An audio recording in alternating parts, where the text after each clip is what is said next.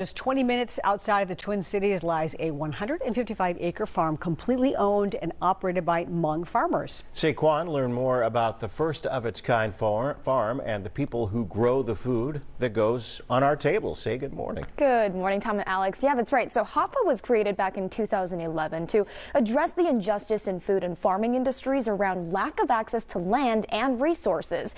But it was only just 1 year ago when HAFA bought the land. Up until then, many Hmong farmers thought their idea of the American dream was entirely out of reach. We work with over 100 Hmong farmers here on the HAFA farm. They're all more so family-based, is what it is. And when we say 100 Hmong farmers, we work with not just their parents, but also the children as well.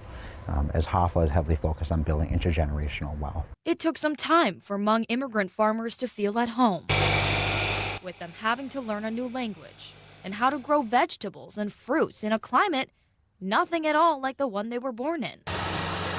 But the co-founder of HAFA says their lack of skill set right when they got to the U.S. really forced them to get back to their roots. Well, they saw this opportunity that the farmers market system have, where they can grow the produce, bring it to the market, sell it, right, support a local food system, but at the same time generate revenue to support themselves as well as their family.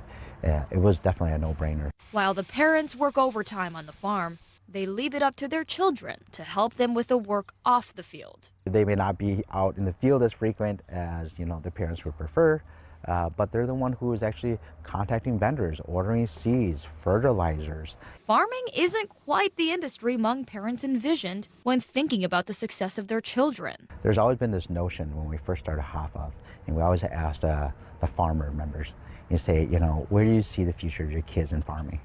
And to many of them, they're like, we don't see a future. But that perspective all changed when HAFA bought the Dakota County farm, a process that took nearly a decade to finalize.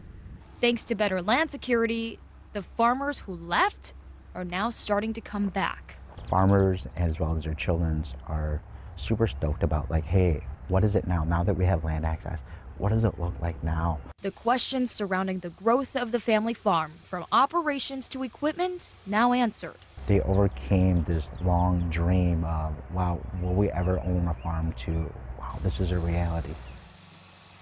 So just for some extra context, Hmong American farmers make up more than half of all producers at farmers markets here in the Twin Cities metro. So I think it goes to say, this is a really great organization that pushes to really make their Hmong farmers succeed and provide all the resources that they need. Right. Are they essentially farming what people have been farming around here for a long time, like soybean? They're farming anything from sweet potatoes, corn, so mixed vegetables, and then their fruits as well. And then they recently started planting some flowers as well. So they're really doing a whole variety of things, and obviously you can get all those things at farmers markets in the area. We're the beneficiaries. Right, exactly. Yeah. Thank you. Appreciate it, Say. Thanks.